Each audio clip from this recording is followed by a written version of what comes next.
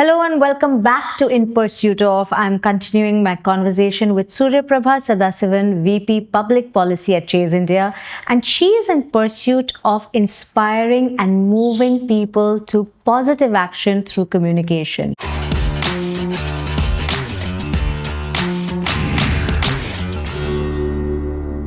So SuryaPrabha, welcome back to our show. Thank you. I've been wondering about for a long time is that there are many ways to deliver an advocacy message. How do you get the people to hear what you want to say, and the people who should hear what you want to say? How do you do that? I think that's an excellent question because it's one of the most foundational piece of work that we do and the most critical one, right? Because until you get people to listen to what you have to say, I think you're not moving the needle. So I think it starts really with understanding who is your audience. Yeah. It means that within a policy particular context, there are multiple sort of actors. That could be government, that could be civil societies, that could be general public, it could be industry, corporates, business, it could be civil societies, academia. Really understanding within these groups of people, who are the decision makers, who are the influencers, who are the gatekeepers, and who are the naysayers. It's very important to really know your lay of the land, as they say, to have that as the foundational understanding.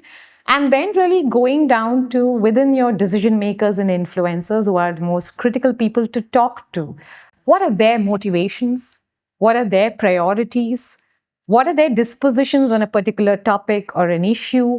A lot of what resonates with people is also what's personal or what's very customized. It's a very rigorous process of really doing this mapping and understanding of these people, where they are at on a particular topic, and then really sort of going back to what is it that we want to communicate to them, and therefore how do you do it?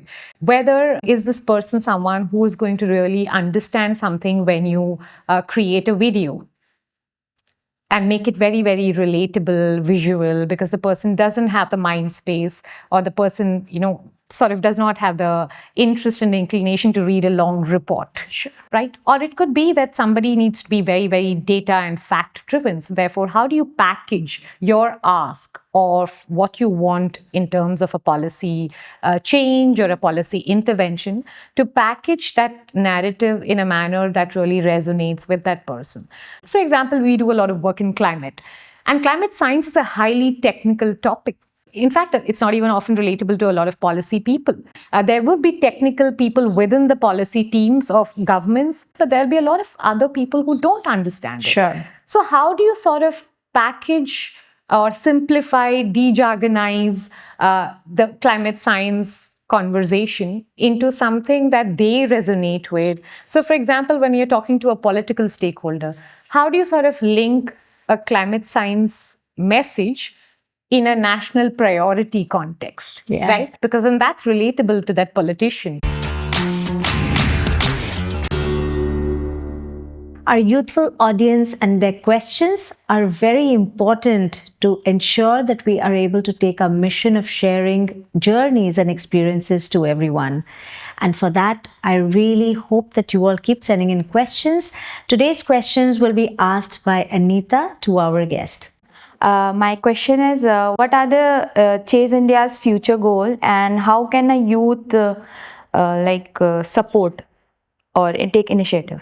I think there are a lot of things that we are doing. One of the big things that we've done right now is also expanding our work beyond India to Southeast Asia. So from a youth perspective, I think the opportunities are that more and more young people in our team, we want to also enable them to look at policy in the context of not just India, but potentially to look at opportunities of policy advocacy in other markets as well. And also really to learn from these markets, because there's so much of commonalities in these markets, but also so many differences in terms of issues, challenges in a policy context. So we are hoping that our growth and expansion into these new regions also gives a lot more exposure to young people who work with us, and also welcoming, people to eventually, look at opportunities to work in some of those markets in the near future. Thank you so much. How should a pro-social, pro-development and socio-economic policy be conducted? And I'm sure, covering all these three, either you're too socially inclined or too development inclined. How do you find that balance? I think there are some few principles that really anchors or responds to your question, really. And I think it definitely, one parameter would be inclusivity, that it is definitely something that should be anchored around inclusivity. I would also say, unless it's evidence-backed, it's not really sort of solving for actual gaps that exist, right? The third, I would say, would also be its scalability of whatever that policy is. How scalable is it and how sustainable it is, right? How is that policy really looking at the long-term picture of how and what it is going to enable or unlock for the country, right? So I think these are 3-4 very key indicators for that to sort of happen. And I think there are some good examples of such policies that have come in play in the recent years that have really sort of ticked some of these sort of indicators, right?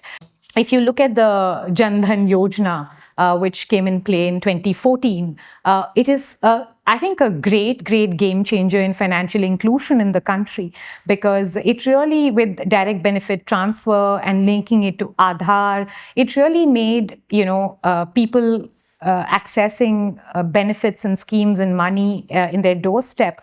And it's been a huge exercise, but I think a great exercise that has been an equalizer for many people to be able to access,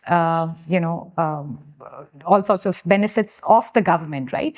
And I think that there are 53 and a half of 54 odd crore Jan Dhan accounts that have already been created so far, and of which the interesting stat is that I think more than 50 or 56% accounts are that of women.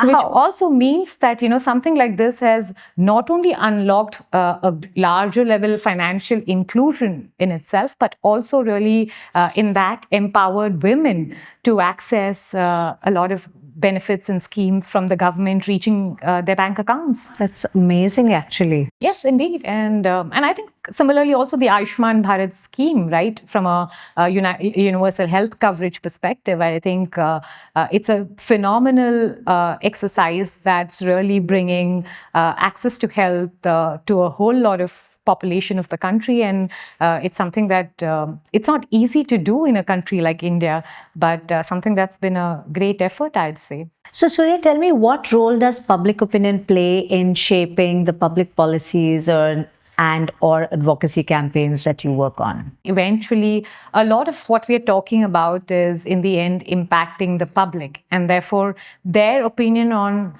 what is priority, what's working, what's not working is really an important identifier of priority. And the other piece is also that public opinion is also a barometer to check what's working and what's not working. I think public opinion can really add as a great